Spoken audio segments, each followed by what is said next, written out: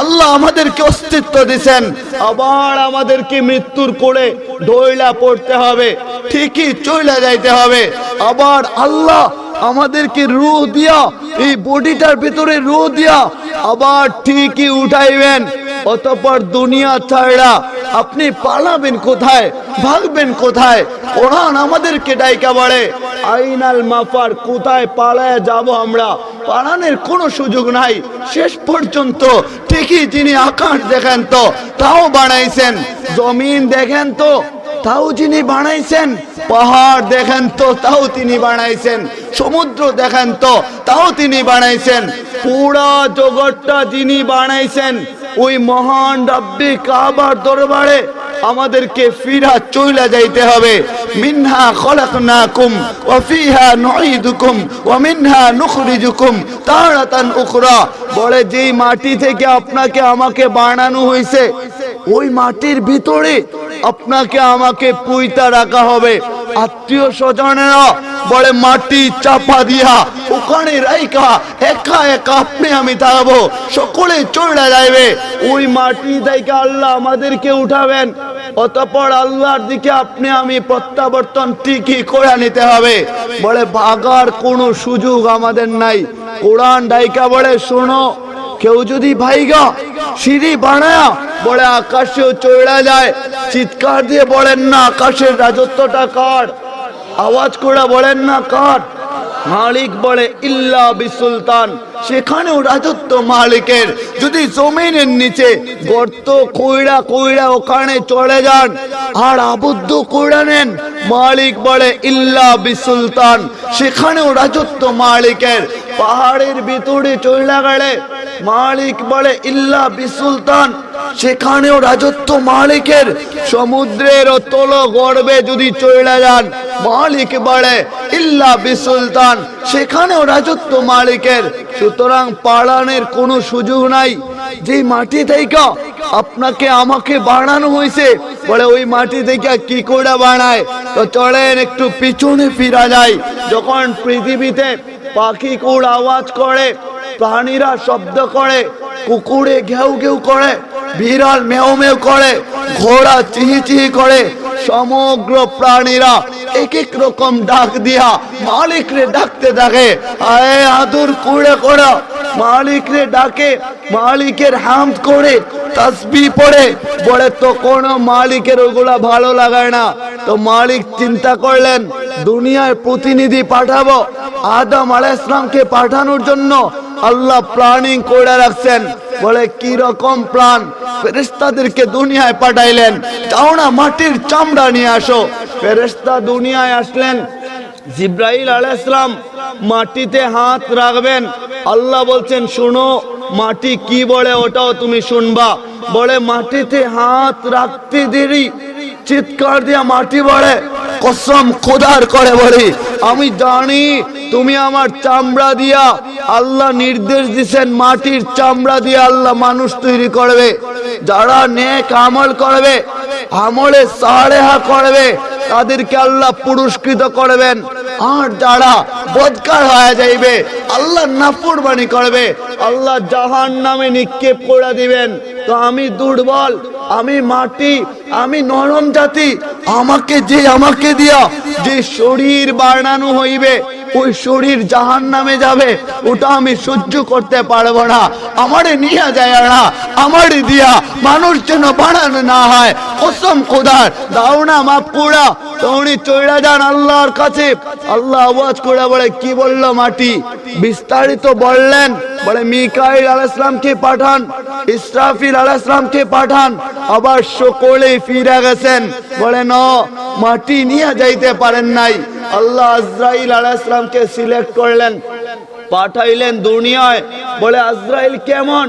সকলের সামনে আজরাইল আলাইহিস সালাম আসবে। যুবক ভাইরা বলেন আজকে তো ক্ষমতা, কে আপনাকে ক্ষমতা দিল? আজকে তো যৌবনের বাহাদুরি করেন, শরীরের রক্ত গরম দেখান বাহাদুরি, ক্ষমতা নিয়ে এলাকায় চড়েন, মোটর সাইকেল নিয়ে দাপটের সাথে চড়েন, পরন কোথায় দিবেন কোথায় না, ওটাও মাথায় থাকে না। তো ক্ষমতা যতই দেখায় চলেন না কেন, মাটি আপনাকে নিষ্পেষিত করে ফেলবে। মাটির ভিতরে ঠিকই চলে যাইতে হবে। বলেন সমগ্র ক্ষমতাবান একজন আছেন, আওয়াজ করে বলেন না তিনি কে, আরো জোরে বলেন না তিনি কে। বলে তাবারাকাল্লাযী বিয়াদিহিল মুলকু ওয়া হুয়া আলা কুল্লি শাইইন কাদির। যত ক্ষমতা দেখান না কেন, একমাত্র ক্ষমতাসীন শুনে রাখেন আমার মালিক ছাড়া আর কেউ না। মালিক ক্ষমতাসীন। বলে ক্ষমতা দেখায় কোনো লাভ নাই, কোনো কিছুই করা যাবে না। তো যখন আজরাইল আলাইহিস সালাম আসলেন, বলে বড় বড় চোখ কইরা মাটির দিকে তাকাইলেন। মাটি ভয়ে তরতর করে কাঁপতে শুরু করে দিল। তরতর করে যখন কাঁপে, তো উনি তাকাইলেন, মাটি তাকায় দেখে, হায় তুমিও কি ওই ফেরেশতা? আমাকে নিতে আসছো আল্লাহর কাছে, আর মানুষ বানানো হইবে আমাকে দিয়া? বলে হ্যাঁ, আমিও ফেরেশতা আসলাম। বলে কসম খোদার, আমাকে নিও না, আমি জানি আমার দিয়া মানুষ বানানো হইবে, অন্যায় করলে জাহান্নামে দেয়া হবে, নিক্ষেপ করা হবে, আমারে নিয়ে যায় না। আজরাইল আলাইহিস সালাম বললেন, আমিও কসম খোদার করে বলি, ওই খোদা যেই খোদার কসম তুমি খাইলা আমি খাইলাম, ওই খোদা আমারে পাঠাইলেন তোমারে নেওয়ার জন্য। মাটি কাঁপে আর তাকায় দেখে তার ভিতরে কোনো দয়া মায়া নাই, কোনো ভালোবাসা নাই, আদর স্নেহ মমতা শ্রদ্ধা। বলে না না, কোনো কিছুই ভিতরে দেওয়া হয় নাই, নির্দয় একজন ফেরেশতা। তো বলেন যে মাটি ওই ফেরেশতাকে দেখা এতটা ভয়ে তরতর করে কম্পন শুরু করে দেয়, ওই মাটি যখন তরতর করে কাঁপে, তাহলে আপনি আমি মাটির তৈরি, আরো বেশি দুর্বল। মালাকুল মাউত যখন ভয়ঙ্কর রূপ নিয়ে আপনার আমার সামনে আসবে আর হাজিরা দিবে, বলেন কেউ কি সহ্য করতে পারবেন? এখানে না, কারো পক্ষে সহ্য করার ক্ষমতা আমাদের নাই। মালিক ঠিকই আমাদের কাছে মালাকুল মাউত আজরাইল আলাইহিস সালামকে পাঠায় দিবেন। আরে সেদিন পালায়া কোথাও যাইতে পারবো না। রূহ যেটা ভিতরে, বলে আল্লাহর একটা পাওয়ার, রূহ হচ্ছে ওইটা। কেমন পাওয়ার? আদম আলাইহিস সালামকে যখন বানাইলেন, মাটি দিয়া বানাইলেন, বানায়া শুকাইলেন, ওটারে জান্নাতের একটা স্থানে রাখা দিলেন। তো খালি একটা জিনিস ওখানে পড়া রইছে, সব ফেরেশতারা দেখে আর অবাক হয়ে যায়, এত অদ্ভুত একটা সৃষ্টি এর আগে কখনো দেখি নাই। মালিক ওইটা দিয়া কি করবেন? এর মাঝে আজাজিল শয়তান আগুনের তৈরি, সে কিন্তু ফেরেশতা না। লম্বা কাহিনী, এর আগে পৃথিবীতে জিন জাতিরা ছিল, শিশু বাচ্চা একটা ছোট, তারে ফেরেশতারা নিয়ে যায় আকাশে, ওটা লালিত পালিত হয়া, নাম ছিল তার আজাজিল। বলে আজাজিল যখন ও ভিতরে যায় দেখে অনেক ফাঁকা জায়গা, চিন্তা করে, বলে ভিতরে অনেক ফাঁকা, আল্লাহ দুর্বল করে বানাইছে, তাইলে তারে ভিতরে কিছু না দিলেও শক্তিশালী হবে না, ও খাইতে হবে, ভিতরে দিতে হবে, তাইলে আমিও ভিতরে কিছু পুশ করতে পারবো, ঢুকাইতে ওখানে পারবো। মালিক বলে তোরই পুশ করার দায়িত্বটা দিব। সেজদার কথা বললেন, সব ফেরেশতা সেজদা দিলেও আজাজিল সেজদা দেয় নাই। খলাকতানি মিন নার ওয়া খলাকতাহু মিন তিন। বলে মালিক আপনি আমারে আগুন দিয়ে বানাইলেন, আগুন দামি পদার্থ, ওটা উপরে যায়, ওনারে মাটি দিয়া বানাইছেন। আদমকে মাটি নিচু জাত, মাটি নিম্ন জিনিস, ওটা নিচের দিকে চলে যায়, পদার্থ বিজ্ঞানী হয়, মালিক জান্নাত থেকে বের করে দেন। ওটাই আমি বলতে চাচ্ছি, আজকাল আমাদের যুব সমাজ কোথায় চলে গেছে? কোথায় থাকার কথা ছিল, আছে কোথায়? কোন দিকে চিন্তা চেতনা যুবকরা করে? যেখানে উচিত ছিল, আজকে পশ্চিমা সংস্কৃতিগুলো প্রতিনিয়ত যুবকদের মাথা নিয়ে খেলা করে। বলে এই মাথাটা যদি পাওয়ারফুল হয়ে যায়, ইসলামের জন্য, কোরআনের জন্য, ওলামায়ে কেরামের জন্য, আল্লাহর জন্য যদি এই মাথাটা কাজে লাগায় দেয়, বলে পশ্চিমা সংস্কৃতি নিমিষে শেষ হয়ে যাবে। যার কারণে ডিভাইসের মাধ্যমে যুবকদের মাথা খাইলো, যুবতীদের মাথা খাইলো। শুধু তাই নয়, মেটা সার্ভিসের মাধ্যমে বলে ব্লুটুথ আবিষ্কার করলো, চশমা আবিষ্কার করলো, কৃত্রিম একটা জগতে পাঠায় দেয়। যুবকদের ব্রেন ওয়াশ করার জন্য চিপ তৈরি করে নেয়। সেখানের মধ্যে আপনি আমি কোথায় পড়ে রইলাম? যারা পলিটেকনিকে লেখাপড়া করেন, যেখানে পশ্চিমারা আমাদের ইসলামকে ধ্বংসের জন্য ষড়যন্ত্র চালায় যায়, সেখানে আপনি চাইলেও ওই তাদের বিরুদ্ধে, তাদের বিপরীতে এমন কিছু আবিষ্কার করে দেখান না, আর ইসলামের জন্য জীবন উৎসর্গ করে দেন না। কোথায় হেলায় সময় নষ্ট করে দেন? বলে না, হেলায় সময় নষ্ট করে দিলে চলবে না। সময়ের বহু মূল্য আছে, বহু দাম সময়ের। ওটা যদি কাজে লাগাইতে পারেন, তো যদি জীবনটা গুছায় নিতে পারেন, যদি পুরা জীবনটা পলিটেকনিকে পড়া, আপনি লাইট আবিষ্কার তো করলো মানুষ, বলে না আমি ওটা করব না। আপনি আনকমন আবিষ্কার করবেন, বলে কি আবিষ্কার করবেন? কি হুজুর? ও মাশাআল্লাহ, কাছ থেকে না দূর থেকে? ও আচ্ছা আচ্ছা আচ্ছা, আপনারা কি রাগ হইতেছেন না? আচ্ছা, আপনারা রাগ হয়েন না, আমার কিন্তু ইলিম আমার কিচ্ছু নাই। তাছাড়া ওই যে ঝিঙ্গাবাড়ি হুজুরও অনেক কষ্ট করে বসে আছেন, আমি বেশি আলোচনা করব না। তো জার্নি করে আসার কারণে কথা বলতে আমারও অন্যরকম লাগতেছে। চা খাইলাম, খানার সুযোগ নাই। এটা তো ওনারা বুঝছেন ঠিকই, আপনারা হয়তো অনেকে নাও বুঝতে পারেন, এর জন্যই আমার লেট হওয়া।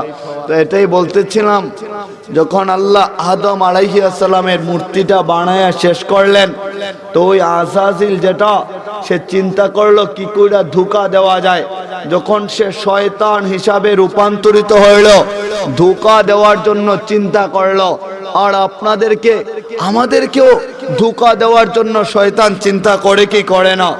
প্রতিনিয়ত ওই শয়তান আমাদের ভিতরে লালন পালিত হয়, আমাদের রগে রগে ঘুরা ঘুরা বেড়ায়, আমাদেরকে ধোঁকা দেওয়ার জন্য প্রতিনিয়ত তারা চেষ্টা চালিয়ে যায়। বলে কি করে ধোঁকা দিতে পারে আমাদেরকে? যেখানে আদম আলাইহিস সালাম, বলে আল্লাহর পয়গাম্বর যিনি ছিলেন, আদম আলাইহিস সালাম জান্নাতে বসবাস করতে থাকলেন, জান্নাতের নাজ নিয়ামত উপভোগ করতে থাকলেন, একা একা যখন ফলমূল খাইতে থাকলেন। আমি সংক্ষেপে আপনাদেরকে বোঝানোর চেষ্টা করতেছি, লম্বা কাহিনী। আদম আলাইহিস সালাম জান্নাতে থাকেন, বলে একটু আনমনা হইয়া যখন ঘোরাফেরা করেন, হাওয়া আলাইহিস সালাম ওনাকে আল্লাহ বানাইলেন, ওনাকে সঙ্গিনী বানায় দিলেন। তো ওনারা দুজনে মিলে বলে জান্নাতের লীলা খেলা, নাজ নিয়ামত গুলা ওনারা উপভোগ করে। সেদিকে শয়তান মনে মনে চিন্তা করে, আয় যে আদমের কারণে আমি জান্নাত থেকে বের হইলাম, ওই আদমকে কিভাবে ধোঁকায় ফেলা যায়। শয়তান চিন্তা করা শুরু করে দেয়। বলে আদম আলাইহিস সালামকে আল্লাহ আওয়াজ করে বলে, শুনো, তোমরা জান্নাতের যেখানে মনে চাও ওখানে যাইবা, যা খাইতে মনে চায় তাই খাইবা। বলে বুঝাইছেন একটা কথা, আজকে জান্নাতের নিয়ামত উপভোগ করো, আর তোমার পুত্রগণকে দুনিয়ায় জানায় দিবা। এত চমৎকার জান্নাত, ওখানের মধ্যে আঙ্গুর খাইতে যখনই মনে চায়, বলে আঙ্গুর আপনি হাত দিয়া আঙ্গুরের গাছ থেকে তাই না নিয়ে আসতে হবে না, বাজারে যায় কিনা নিয়ে আসতে হবে না, শুধু উপলব্ধি করবেন, মনে মনে চিন্তা করবেন, মালিক আঙ্গুর খাইতাম মন চাইলো। চিন্তা করতে দেরি, সামনে আঙ্গুরের তোড়া আইসা হাজির হইতে দেরি হয় না, পাখি আকাশে উড়া যায়। আর যুবকরা মনে মনে বলে, দুনিয়ায় পাখি শিকারের জন্য গুলিল বানাইলাম, বন্দুক কিনলাম, শিকার করতে পারি নাই। এখন ওই পাখিটা যদি একটু বুনা হইয়া আমার কাছে চলে আসতো, কতই না ভালো হইতো। ওই চিন্তা করতে দেরি হয়, বুনা হইয়া ওটার সামনে আসতে দেরি হয় না। আদম আলাইহিস সালাম পাখিটা খাইয়া যখন হাড়গুলা এক সাইডে রাখেন, পাশে রাখেন, আবার তাকায়া দেখেন হাড়গুলা যেমন ছিল ওগুলা আবার পাখি হয়ে উড়াল দিয়া দিয়া চলে গেছে। বলি না আল্লাহু আকবার, চিৎকার দিয়ে বলি না আল্লাহু আকবার। বলে জান্নাতের নাজ নিয়ামত কেমন, এত চমৎকার নাজ নিয়ামত। আদম আলাইহিস সালাম জান্নাতে ছিলেন, শয়তান ধোঁকা দিতে চাইছিল, ধোঁকা দিল। ধোঁকা দেওয়ার জন্য ও তার সমগ্র শয়তানি শক্তি গোড়া প্রয়োগ করে নিছিল, শয়তানি শক্তি প্রয়োগ করে। বলে আদম আলাইহিস সালাম ওই নিষিদ্ধ গাছের কাছে যাইতে আল্লাহ নিষেধ করছেন। আদম আলাইহিস সালাম ওটার পাশে গেলেন, আর এমতা অবস্থায় শয়তান বের হয়ে আসলো। বলে সাধু রূপে শয়তান বের হইল, ভালো রূপে শয়তান বের হইল। তো বলেন না আমাদের সমাজেও এরকম কিছু ভালো রূপী শয়তান আছে না নাই, যারা ভালো থাইকা আমাদেরকে ধোঁকায় ফেলতে চায়? বলেন আছে না নাই? চিৎকার দিয়ে বলেন না আছে না নাই? শয়তান ভালো রূপ নিয়ে দাড়ি রাখলো, সাদা দাড়ি, দূর থেকে দেখলে যেন মনে হয় একজন মুরব্বী বুজুর্গ ওখানে আছে। আদম আলাইহিস সালাম বললেন শোনো তুমি কে, তোমাকে তো এর আগে দেখি নাই।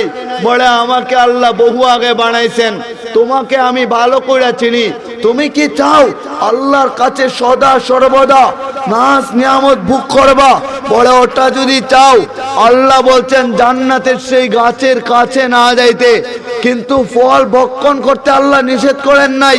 একটা ফল দেয়া যায়, শেষ পর্যন্ত ওটা ভক্ষণ করেন, জান্নাতে পোশাক করা আদম আলাইহিস সালাম আর আম্মা জানের শরীর থেকে আলাদা হয়ে যায়। গাছের লতা পাতা ওগুলা দিয়ে লজ্জাস্থান ঢাকেন। বলে জান্নাতের নাজ নিয়ামত শয়তানের ধোঁকার পর থেকে আর ভালো লাগে না, চিন্তা আর পড়ে আস্তাগফিরুল্লাহ, মালিকের কাছে মাপ চান, মালিকের কাছে ক্ষমা চান। পরে মালিক অন্যায় হয়ে গেল, ভুল হয়ে গেল, আর ভুল করব না, আপনি দেন না মাপ করা। তো আপনি আমিও শয়তানের ধোঁকায় পড়া যত গুনাহ করি না কেন, বলে জিনা হয়ে গেছে যুবকদের, বলেন বলেন মালিকের দরবারে বলেন, আরে সেজদায় যায়া চোখের পানি জড়া জড়া আল্লাহর কুদরতি পায়ে কপালটা লাগায়া লাগায়া কান্না কইরা মালিকের কাছে বলেন না মালিক শয়তানের ধোঁকা দিল, অন্যায় করলাম, গুনাহ হয়ে গেল, এবার তুমি মাফ না করে দিলে কে আমারে মাফ করবে? দাও না মাফ করা।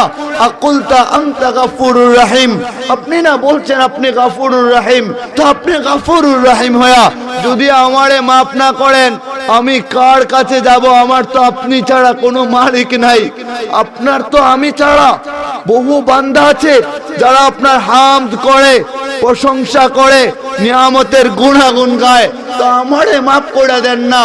হায় মালিক শয়তানকে বলছিলেন শোনো তুমি ডানে বামে সামনে পিছনে চতুর্মুখে আক্রমণ কইরা আমার পছন্দের মায়ার বান্দাকে নিয়া জাহান্নামে যাইবা, ওটা আমি হইতে দিব না।